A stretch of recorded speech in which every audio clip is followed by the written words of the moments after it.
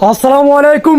King Kohli is back. What a comeback. Virat Kohli, Jaiswal, Rohit Sharma, Quinton de Kock দুর্দান্ত একটা match আমরা দেখতে পেলাম এবং ইন্ডিয়ার দুর্দান্ত কামব্যাক। টেস্ট সিরিজে যেভাবে গোহারা ইন্ডিয়া হেরেছে ওইখান থেকে দুর্দান্ত কামব্যাকটা খুবই মানে প্রয়োজন ছিল। যদিও তারা এক ম্যাচ হেরে গিয়েছে এই সিরিজে, বাট ওইটাও তারা জিততে পারতো। তাদের ওই বোলিং উইকনেসের কারণে ওই ম্যাচে তারা ওই ম্যাচটা হেরে গিয়েছে। যাই হোক, important thing is Virat Kohli আগের রূপে বা আগের মতো দেখতে দেখাচ্ছে। যে বিরাট কোহলির অ্যাগ্রেশন আমরা দেখতাম, পারফরমেন্স বলেন, অ্যাগ্রেশন বলতেন 2017, 18, 19, 20 ওই সময়কার পারফরমেন্সের মতো বর্তমানে যেরকম পারফরমেন্স করতেছে ওইরকমটা লাগতেছে। কেন এই কথাটা বললাম? দেখেন তার চারটা ইনিংস, লাস্ট চারটা ইনিংস আপনি যদি দেখেন 78, 65, 102, 135 এই চারটা ইনিংসে, তার লাস্ট চারটা ইনিংসে 376 রান, স্ট্রাইক রেট 110-এর মতো। এই লাস্ট চারটা ইনিংসে 2টা হাফ সেঞ্চুরি, 2টা সেঞ্চুরি।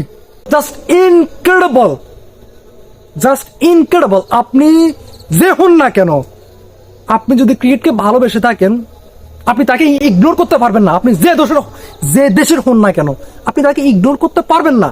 এই কিং কোহলিকে বা ক্রিকেটের জন্য, তার পারফরমেন্সের জন্য আমরা তাকে অনেক বেশি ভালোবাসি, রেসপেক্ট করি।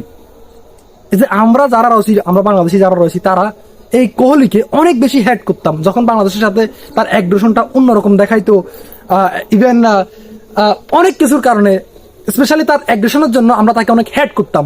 বাট ডে বাই ডে তার পারফরমেন্সের জন্য আমরা তাকে অনেক বেশি ভালোবাসি এবং এটা প্রয়োজন। আপনি যদি ক্রিকেট লাভার হয়ে থাকেন, ক্রিকেটকে যদি মানেন বা ক্রিকেট যদি আপনি বুঝেন, পছন্দ করেন, ডেফিনেটলি তাকে আপনি পছন্দ করতে বাধ্য। হ্যাঁ, কারণ তার পারফরমেন্স ওই রকম। আর আপনি যদি তাকে পছন্দ যদি না করেন, তাহলে আপনি ক্রিকেট বুঝেন না। ক্রিকেট আপনি শুধু শুধু এমনিতে দেখেন, ক্রিকেট আপনি ভালোবাসেন না।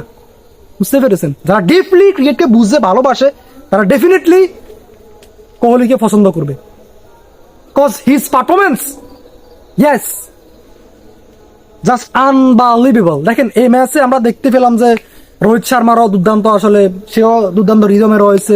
জায়সওয়াল, ভাই জায়সওয়ালের কথা কি বলবো, সে এবারে মনে করেন যে আজকের 100টা সহ 3 ফরম্যাটে 6ষ্ঠতম প্লেয়ার হিসাবে ইন্ডিয়ার হয়ে 3 ফরম্যাটে সেঞ্চুরি করেছে এবং তার উপর আসলে ইন্ডিয়া নির্ভর করতে পারে ওডিআইয়ের জন্য।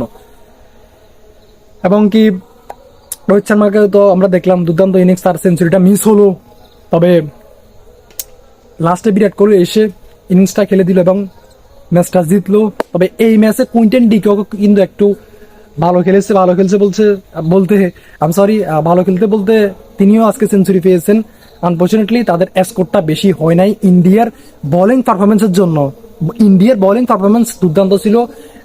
ফাশিদ কৃষ্ণা নিয়েছে 4টা, কুলদীপ নিয়েছে 4টা। এদের কারণে কিন্তু আপনার ইন্ডিয়া সাউথ আফ্রিকাকে 272 রানে আটকিয়ে দিয়েছে এবং এটা একদম লো আমার কাছে মনে হয়েছে। এবং দ্যাটস ওয়াই তারা ইন্ডিয়া আসলে এত দুর্দান্ত ভাবে এত ইজিলি জিতে গিয়েছে। রান যদি আরো 50টা রান বাড়তি হতো, 100টা রান বাড়তি হতো, 50 রান হলো আসলে ইন্ডিয়া এই ম্যাচটা জিতে যেত। বাট 110 রান, 20 রান যদি আর বাড়তি হতো তাহলে এই ম্যাচটা লাস্ট ওভার পর্যন্ত যাইতো আর কি। যাই হোক, এখানে আপনার অনেক বড় অবদান রয়েছে ইন্ডিয়ার বোলারদের। আজকের বল ছিল দুর্দান্ত। কুলদীপ দুর্দান্ত বল করেছে, ফাশিদ কৃষ্ণা দুর্দান্ত বল করেছে, জাদেজা উইকেট পেয়েছে। যাই হোক, ওভারঅল দুর্দান্ত লেগেছে। তাদের খেলাগুলো দেখতে অনেক বেশি ভালো লাগে।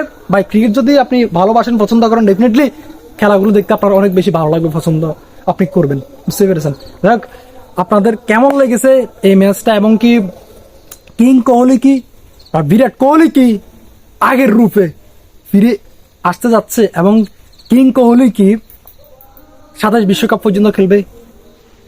আপনাদের মতামত জানতে চাই। নির্বাচকরা কি তাকে রাখবে? আপনাদের মতামত জানাবেন। আল্লাহ হাফেজ, আসসালামু আলাইকুম।